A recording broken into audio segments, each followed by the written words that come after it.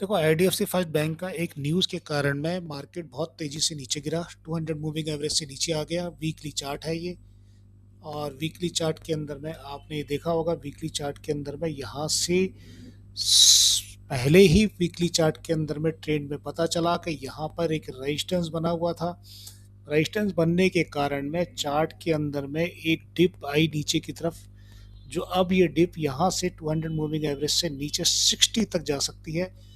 कम से कम चार्ट को देखने से तो पता यही चलता है। और एक पैटर्न को देखेंगे तो यहाँ से एक एम पैटर्न बनाया उसने। एम पैटर्न के बनाने के बाद में आरएसआई को देखेंगे तो आरएसआई गौर से अगर देखेंगे, आरएसआई को 15 मिनट के चार्ट के अंदर में देखते हैं तो 15 मिनट के चार्ट के अंदर में आपको वो पैटर्न जो बनाया था एम पैटर्न, वो बिल्कुल जो आज मार्केट गिरा उसके नीचे नजर आता है।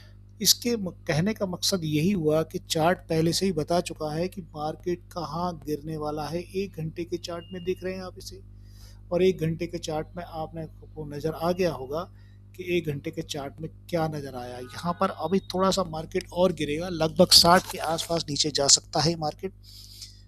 आईडीएफसी फर्स्ट बैंक का चार्ट तो खबर आने के बाद और चार्ट को पहले ही एक रेजिस्टेंस के द्वारा पता चल चुका था कि चार्ट नीचे गिरने वाला है। 85 से काफ़ी नीचे आया, लोगों को बड़ा नुकसान हुआ। कवर होने में टाइम लगेगा, निकलने वाले निकल गए। और लॉन्ग पीरियड में बैठने वाले दोबारा से इसे पकड़ेंगे। मौका अच्छा है, पकड़ने की कोशिश की जाए तो बहुत ज़बरदस्त काम होगा। फिलहाल अभी थोड़ा सा वेट करना चाहिए, क्योंकि लोग जहां तक है अब प्रॉफिट को बुक करने की कोशिश करेंगे। आजकल किसी बैंकों पे भरोसा नहीं होता, बैंक कब दगा दे जाए, ऊपर तक लेके जाते हैं और मौका पड़ते ही खट से काट के निकल जाते हैं। समझने वाले समझ जाते हैं। चार्ट को रीडिंग करना एक इम्पॉर्टेंट चीज़ है। और यहाँ पर आप देखेंगे तो यहाँ पर आपको दो ट्रेंड नीचे की तरफ नज़र आ रहे हैं। रेजिस्टेंस ये बॉटम पे दिख रहा होगा, बॉटम पे एक यहाँ पर खींचने पर आपको नज़र आएगा।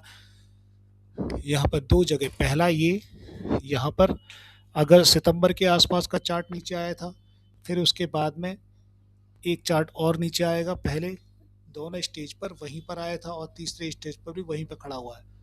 ये देखिए, अगस्त के महीने में 25 के आसपास या नीचे आया था।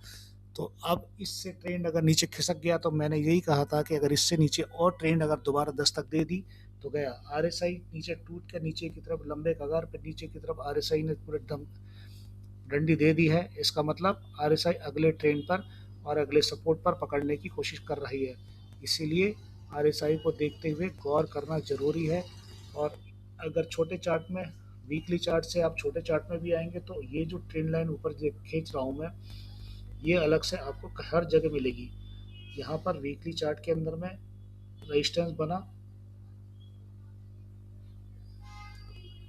दिखा रेजिस्टेंस वीकली चार्ट के अंदर में,